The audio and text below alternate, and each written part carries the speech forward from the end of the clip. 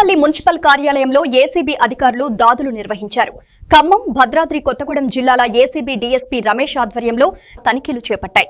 కార్యాలయం గేట్లు మూసివేసి రెవెన్యూ, టౌన్ ప్లానింగ్, ఇంజనీరింగ్ విభాగాలకు సంబంధించిన రికార్డులను అధికారులు పరిశీలించారు. భవన నిర్మాణ అనుమతులు, బిల్లుల చెల్లింపులు, పన్నుల వసూళ్లలో ఉన్న లోపాలపై ఏసీబీ ఆరా తీసింది. పలువురు అధికారులు, సిబ్బందిని విడివిడిగా విచారించినట్లు సమాచారం. ఈ సందర్భంగా డీఎస్పీ రమేష్ మాట్లాడుతూ మున్సిపాలిటీపై పలు ఫిర్యాదులు అందాయని, ఇంటి పన్నులు, నీటి పన్నుల వసూళ్లలో జాప్యం, సిబ్బంది గైర్హాజరు వంటి లోపాలు ఉన్నట్లు గుర్తించామని తెలిపారు. డీజీ ఆదేశాల మేరకు ఈ సోదాలు నిర్వహిస్తున్నట్లు వెల్లడించారు. గుడ్ ఈవినింగ్ అండి, నా పేరు Y Ramesh, DSP ACB Khammam, Bhadradri Kothagudem చూస్తాను. ఈరోజు మనం సత్తుపల్లి మున్సిపాలిటీ ఆఫీస్కున్న పురపాలక ఆఫీస్ దగ్గర ఉన్నాం. కొంచెం ఈ ఆఫీస్ మీద కొన్ని కంప్లైంట్స్ ఉన్నాయి, వాటిని వెరిఫై చేయడం కోసం ఈరోజు మధ్యాహ్నం మా ACB team Khammam ACB team మన దగ్గరికి రావడం జరిగింది. లోపల కమిషనర్ గారు కూడా ఉన్నారు, అన్ని శాఖల సిబ్బంది ఉన్నారు.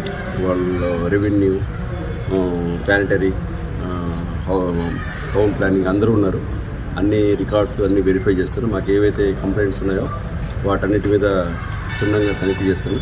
ఇంకా కంటిన్యూ అవుతుంది, ఇంకా కంప్లీట్ కాలేదని. ఇప్పటివరకు మాకు కూడా కొంత జరిగింది ఏంటంటే ట్యాక్సెస్ ప్రాపర్గా కలెక్షన్ లేదు, రెగ్యులేషన్ ఇది కూడా సిస్టమ్ కూడా ఇంకా సరిగా లేదు. దీనివల్ల చాలా రెవెన్యూ కూడా రావాల్సింది గవర్నమెంట్కి. తర్వాత సిబ్బంది కూడా కొంతమంది గైర్ హాజరుగా ఉన్నారు, వాళ్ళ పనితీరు మీద కూడా అసెస్ చేస్తున్నాం. అంతా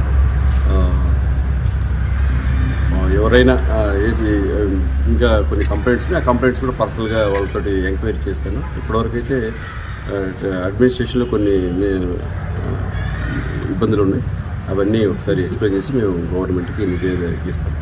ఇది మా గౌరవ డీజీ మేడం గారి ఆదేశాల మేరకు సత్తుపల్లి ఈరోజు మేము సర్ప్రైజ్ చెక్ చేస్తాం.